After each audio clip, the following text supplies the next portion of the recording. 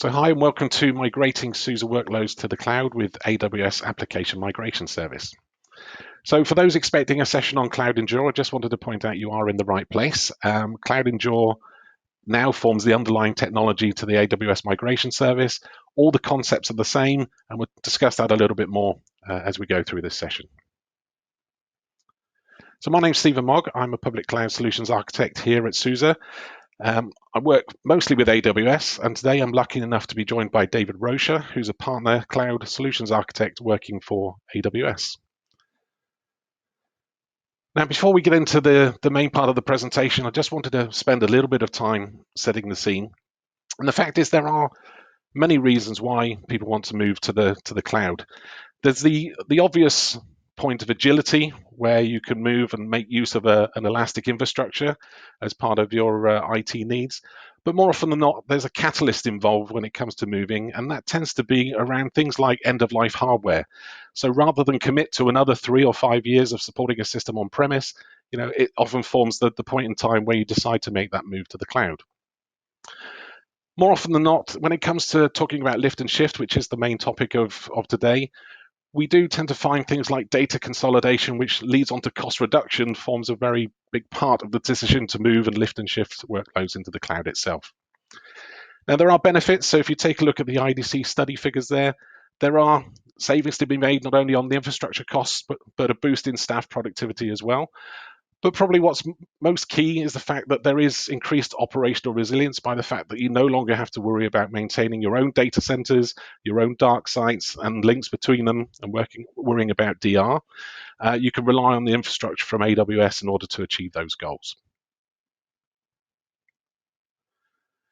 So whilst you've made the decision to move to the cloud, there are many different ways of embracing that and many different roads you can take in order to get your workloads into the cloud. Now, if you take a look at the list down the left-hand side, you can see that they start off with rehosting, which is your simple lift and shift workloads into the cloud. And as you go down through the list, through refactor, all the way down to replace, things get a little more expensive to do. They take a little longer and require a lot more planning. So more often than not, if you think about the sorts of workloads you might want to take into the cloud, and certainly where SLES is concerned, those instances might be running on things like, they could be running on any number of virtual platforms within your data center, or perhaps they're still running on real hardware on any number of different partners' hardware. In terms of the applications actually running on top of that OS, they could in theory be a custom application or some kind of legacy application where perhaps there's a limited amount of skills or knowledge available around that. So with tight project timelines, you might not have the time to refactor that and take that into the cloud as a cloud native application. So more often than not, lift and shift is the answer to take advantage of those. Now, with lift and shift, if you think about what you're actually doing, we're just taking the physical workload from your data center and putting it on infrastructure on AWS, which means that you can move with things like the same business processes that surround your application. They'll likely be the same as you move from one place to another. The same with the management tooling. The sort of tooling that you use in order to look after an application on premise is very much likely to work as it sits on AWS as well. And as the application is the same, the data is the same as well. So there's no data transformation or anything involved in order to get that application from one place to the next. So with that in mind, lift and shift is often the most quickest form of migration you can make into the cloud. And whilst it still requires planning in order to achieve it successfully, then it is probably the least amount of planning that you'll need to do. So once that workload is there, you can often use that as a springboard in order to migrate or transform your estate to a reimagined application landscape or a new SAP landscape. So with lift and shift firmly in mind, what I wanted to do is take you through a little bit about SUSE and AWS. We'll take a look at the AWS migration service and give you an introduction to that, take you through the process, and then we'll talk about the SUSE considerations as you start to look at moving some of those SUSE workloads.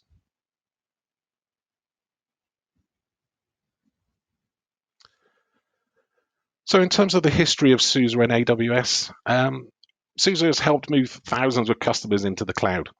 In fact, our partnership goes back around 10 years, where in 2010, we actually were the first commercial Linux to be available on AWS, where we launched SUSE Linux Enterprise Server as available on the AWS platform. Go forward 5 years, and we had SLES for SAP available in the marketplace for customers to easily consume Linux for their SAP workloads.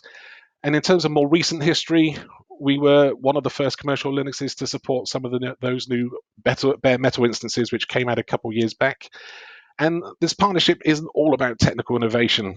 We were very proud to receive the technology partner of the year in the dark region late last year. So we're very proud of that achievement. So in terms of SUSE and AWS, I've already mentioned our 10-year history, but we also have a 20-year partnership with SAP as well. And over that time, there's been a number of innovations that we've made alongside AWS to create some of the unique HA and automation features which you can enjoy today to allow you to support those SAP workloads on AWS. And with SAP, SUSE is, of course, recognized as one of the leading platforms with over 130 benchmarks being used or being created by vendors using SUSE as the OS platform. And AWS is the cloud leader. We have an unmatched experience in providing cloud products and services to our customers. AWS has over 200 services that allow you to innovate and modernize your applications. This includes applications like AWS Application Migration Service, which is a service we launched in 2021. Since that launch, we continue to work with customers and partners to understand feedback that will be used to determine new feature requests. We also provide the world's most reliable and extensive cloud infrastructure. We have 80 availability zones in 25 regions. And we have announced plans for more availability zones and more AWS regions in locations that include countries such as India, Indonesia, Japan, Spain, and Switzerland. This is only a fraction of the geographies we're planning on being in. Now let's take a look at the AWS Application Migration Service. And just to restate, the AWS Application Migration Service, or AWS MGN for short, was launched in 2021. CloudEndure is still available. However, new features or capabilities that are planned will be targeted to launch with the AWS Application Migration Service. So what is AWS MGN? It is a highly automated migration service that provides customers a way to migrate to Amazon Web Services using a lift and shift methodology. As Stephen previously explained, lift and shift is a migration strategy that keeps many of the same processes, management tools, and applications running in similar fashion from your source environment to AWS. And the AWS Application Migration Service is a free service available in the AWS console and provides asynchronous block-level replication from a source environment to your Amazon Web Services VPC. It enables seamless integration with other AWS services as you're migrating, such as Amazon CloudWatch, AWS CloudTrail, and AWS Identity and Access Management. So let's take a look at AWS MGN closely. AWS MGN simplifies and expedites the migration process, minimizes cutover windows, and decreases the potential for human error. It is a flexible service that allows you to migrate from almost any source. The source servers can be physical, virtual, or cloud servers. And that includes servers running a wide range of operating systems and applications, including SAP, as well as databases. AWS Application Migration Service, or AWS MGN, is designed to perform large-scale lift and shift migration with minimal performance impact. Migrated servers will automatically be configured to run natively on AWS, and it is reliable. So your workloads are kept up to date down to the second. And when you're ready to perform a cutover, you do not have to replicate the most recent data or wait for that last snapshot to arrive, because your migration uses continuous asynchronous replication. AWS MGN uses a secure replication mechanism for your environments. Your data journey from source servers to your target AWS account is secure both in transit and at rest. And data replication uses TLS AES 256-bit encryption in transit. Additionally, you can use your own private connectivity such as a VPN or AWS Direct Connect. And it's highly automated. It uses the same processes to migrate all of your applications for all supported operating systems. After the initial sync of your source servers is complete, continuous rate replication keeps your servers up to date on AWS. And you can conduct tests prior to cutover to avoid surprises during your actual cutover window. AWS MGN also has a rich set of fully documented APIs. You can use the API to plug into migration factories or cloud centers of excellence. This includes post-launch scripts that you can use to remove applications, install new applications, and automatically make other system modifications during migration tests or cutover. Now, AWS MGN supports a wide platform of technology. It supports migration to AWS from on-premises environments, including physical and virtual infrastructure, private clouds, and public clouds. It also supports migration from an AWS account, AWS region, or a different availability zone. And you can replicate almost all applications running on supported operating systems, including legacy applications and complex databases from any supported infrastructure into AWS. I'd like to add, always check the AWS MGN documentation for the latest information regarding what versions of operating systems are supported. Thanks, David. So I just want to give you a little look at the MGN architecture and the flow of migration. So if you take a look at the architecture itself, it is quite simple. So on the left-hand side, we have two source workloads represented. Now, they could be either in your local data center, or they could be in any cloud, or indeed they could be another AWS region if you wanted to use the tooling for that. Now, essentially what happens is you will install the MGN agent onto those source servers, and that's pulled down from the MGN network. And as soon as you have the agent installed, that will register those source servers with MGN, and the replication process will start. Now, the second area you can see there is the staging area. And essentially all this is a series of Linux servers, each with a series of EBS volumes attached. Now, the important thing to remember about this staging area is that there's nothing to manage. This is all handled via MGN, so you don't necessarily need to worry about what's going on there. And the number of Linux instances will be determined based on the replication policy that you configure. Now, once the replication starts, there'll be an EBS volume for every block device that needs to be migrated from the source.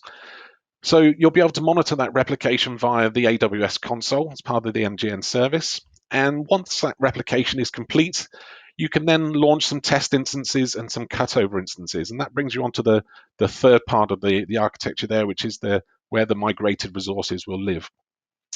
Now, it's particularly simple in order to launch a test instance or a cutover instance. You first need to either confirm or configure an EC2 launch template. So these are just standard EC2 launch templates which you would normally set up, and they'll determine things like which subnets, which security groups, whether you want a public IP address, and so on. And there's a number of different settings that you can make so that as you launch these instances into that target area, they'll be configured as you need them to be.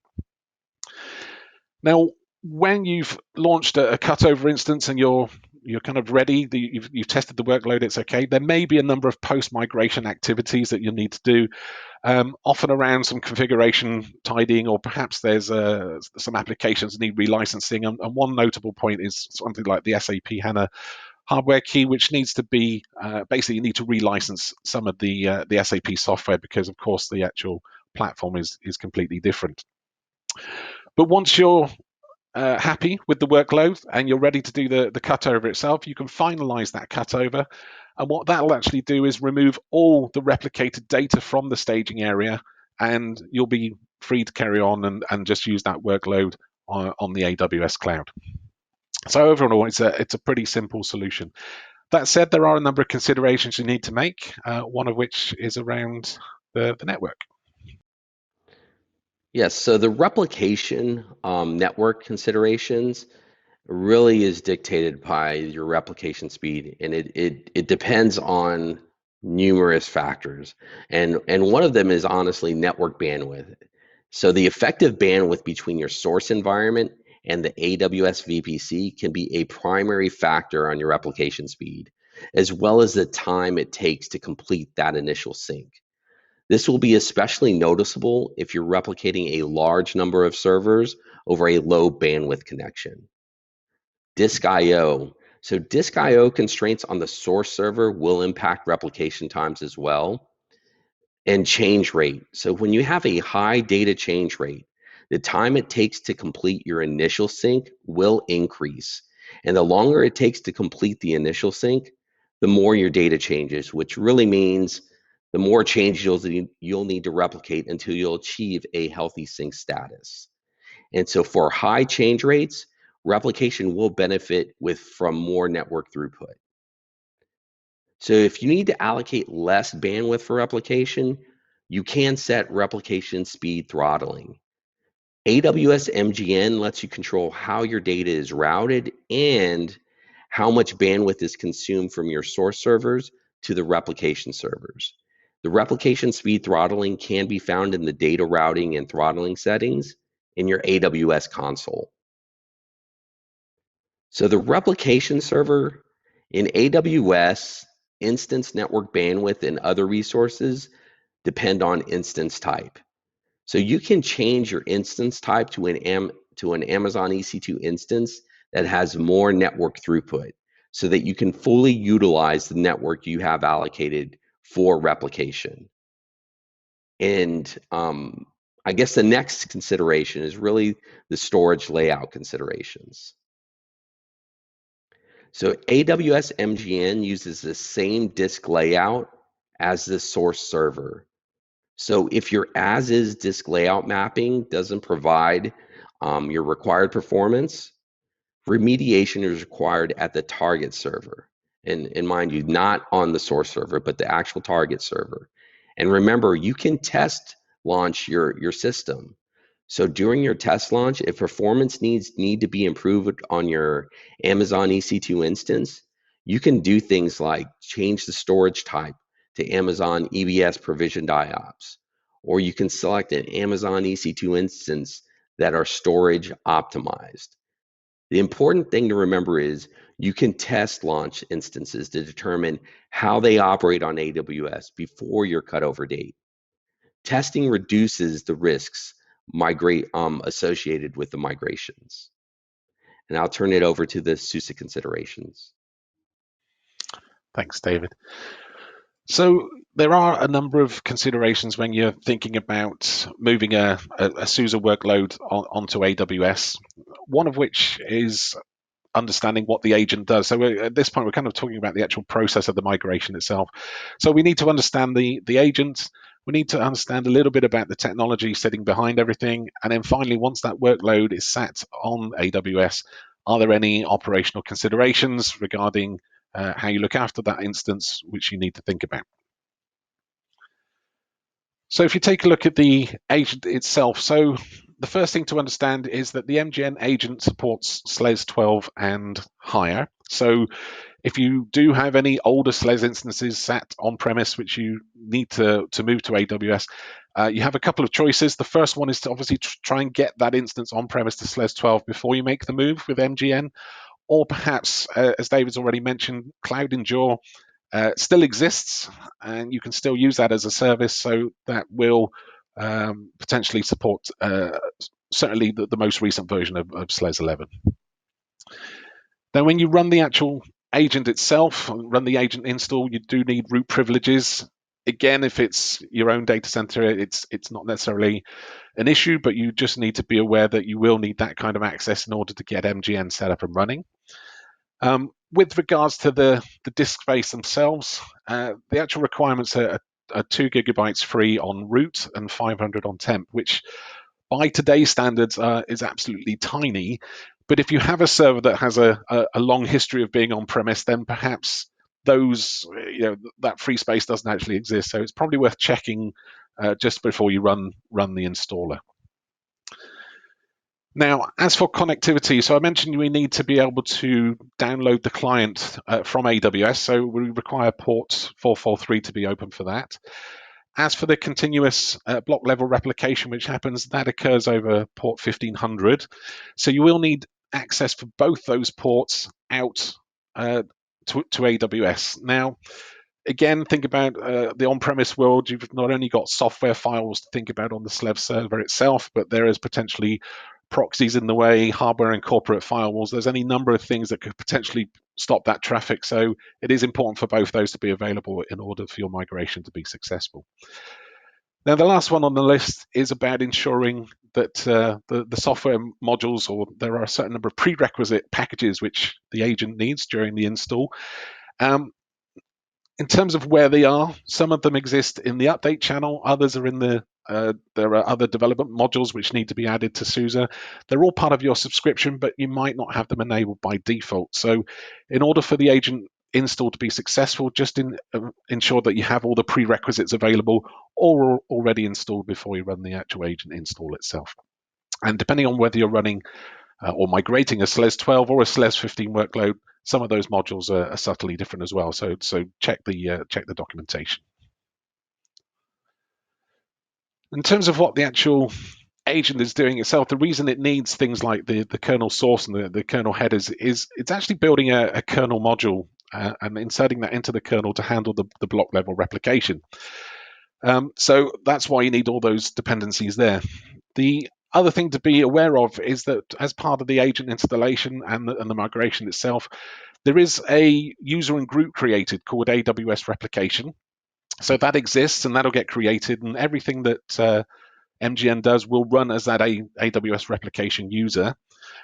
Again, as part of that security side of things, if you're in a very security conscious environment, it's important to understand that some of these things are happening to your server. And the next thing that happens is that AWS replication user is given full access via sudo to run any command with no password. So just understand that's what's happened as part of the agent installation, in case for some reason you decide not to go ahead with the migration itself. As for troubleshooting, the actual script itself is very verbose in terms of the errors it throws. So if you don't have the right packages or access to the internet to get what it needs, it will throw some very helpful messages. So the actual agent installation should be pretty straightforward. So in terms of technology, the actual first thing to check is, as you move a workload onto the AWS cloud, in terms of SUSE, is to ensure that you have the subscriptions to run them. Now, they will land as what we call a bring your own subscription, or BYOS instance type, which means that you do need to ensure that you have enough coverage for the SUSE subscription itself. The next thing to think about is the actual instance type that you're migrating to. So there are two types of architecture available on AWS. There's the Nitro platform, which is the more modern infrastructure, and you have the Zen ones for some of the more traditional workloads that you tend to see, or some of the traditional instance types. Now, depending on the version of SLES which you are using, so if for some reason you have some very, very old version of SLES 12, we're talking GA or SP1, understand that it might not have all the drivers and everything it needs as part of the kernel in order to take advantage of the latest Nitro instance types available from AWS. So just bear that in mind as you do your migration. The other thing to think about, or at least give a little consideration to, is the actual file systems themselves. So anybody that has been with SUSE for a number of years will know that we try and always give you the best, or what we feel is the best root file system available as part of the install. So if you, over the years with SUSE, we've had everything from Riser FS through to the XT3, 4, and most recently with SLES 12 and SLES 15, it's ButterFS. So depending on what your on-premise journey has been for that instance, you may be running potentially any one of those file systems. Hopefully it's ButterFS. Now the point is, any of those should work well on AWS, so there's no issue with the migration itself.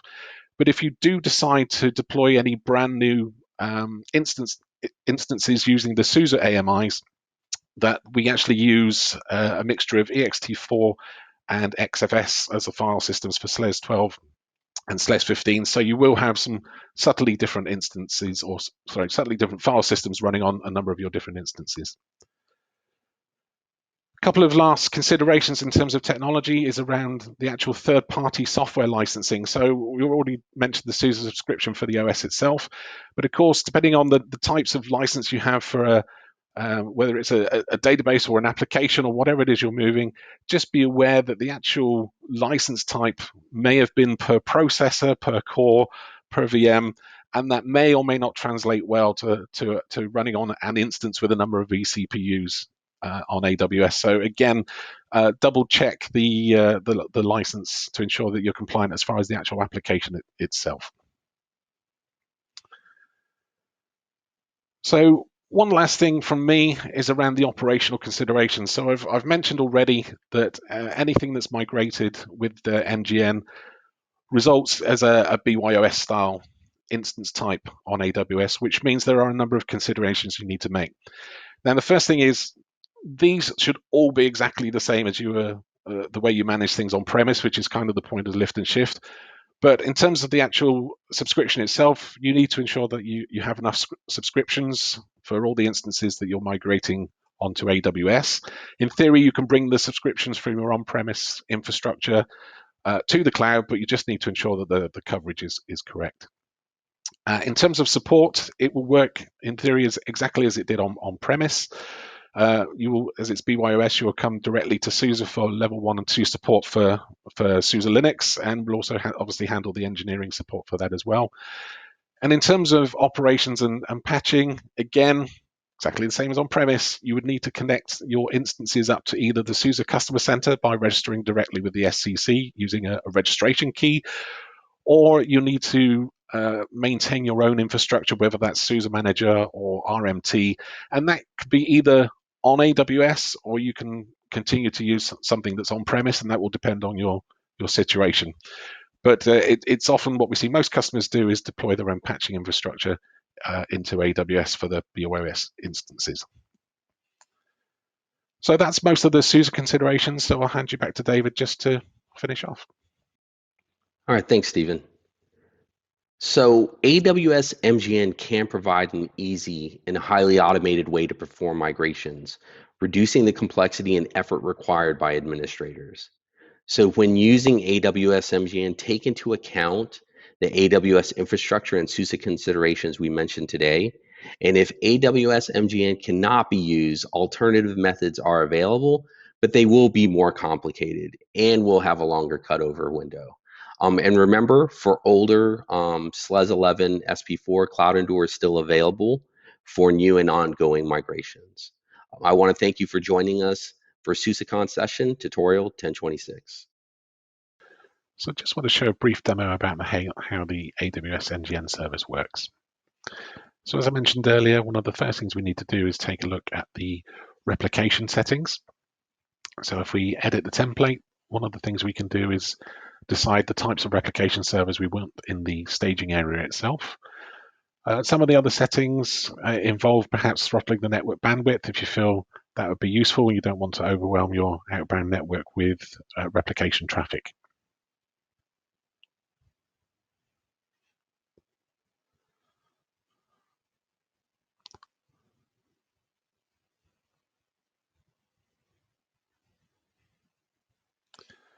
So with that template saved, the next thing we need to do is install the agent on the source server. So if we pop over to the console, what we'll do is initially we need to download that agent from the AWS network. That happens over port 443. and of course we'll use wget for that. Once that script is local, we need to go through the actual install process itself. So a couple of things to remember. First, we used sudo, so this script has to run a sudo. It is a Python script, and when we run it, we'll need to enter a few details. So the first thing we want to do is where are we replicating to? In this example, I'm actually using the EU Central region, and that's where the staging servers and your target servers will be. We need to provide some credentials to AWS in order to make this work. So I'll put in my key and secret access key, at which point we choose which disks we want to replicate. I've chosen both the 2 disks on this server. And at this point, the agent is being installed. We're building the kernel module, and we're starting the replication process. So back on the console, you can see that the server is there and registered with MGN. And one of the first things that will happen is it will start that initial sync. So this can take various amounts of time depending on exactly how much data you're taking across and how fast your network is. But if you want to sit and watch and you want a closer look, you can take a look at the actual instance itself, and you can see there's a bar there which shows you the actual replication process. Now, once all the data is complete, the first synchronization is complete, it continues to sync in the background. So any changes that you make on the original server will be reflected if you do any testing or actually deploy a server here. And as you can see now, it's ready for testing.